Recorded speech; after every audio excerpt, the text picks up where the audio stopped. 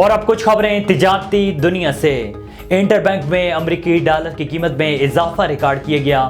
کاروباری ہفتے کے 5ویں اور آخری روز انٹر بینک میں امریکی کرنسی کی قیمت میں 13 پیسے کا اضافہ دیکھنے میں آیا، جس کے بعد انٹر بینک میں ڈالر 279 روپے 80 پیسے پر ٹریڈ کر رہا ہے۔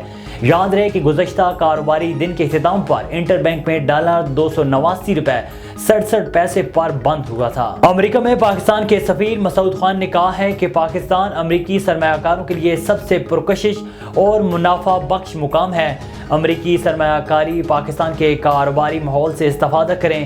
Pakistan chamber of commerce USA کے صدر عامر پیپرانی اور ان کی ٹیم کے ساتھ ورچوئل ملاقات کے دوران اظہار خیال کرتے ہوئے مسعود خان نے کہا ہے کہ خصوصی سرمایہ کاری سہولت کونسل پاکستان اور خطے کی ایک بڑی مارکیٹ سے فائدہ اٹھانے کے لیے سرمایہ کاروں کو ہر ممکن سہولت اور ون ونڈو حل فراہم کرے گی۔ نگران وفاقی وزیر تجارت گوہر اعجاز سے قازقستان کے سفیر یرزان کاستین نے ملاقات کی۔ ملاقات میں دو طرفہ اقتصادی تعلقات اور تجارت کے فروغ کے امکانات پر تبادلہ خیال کیا گیا۔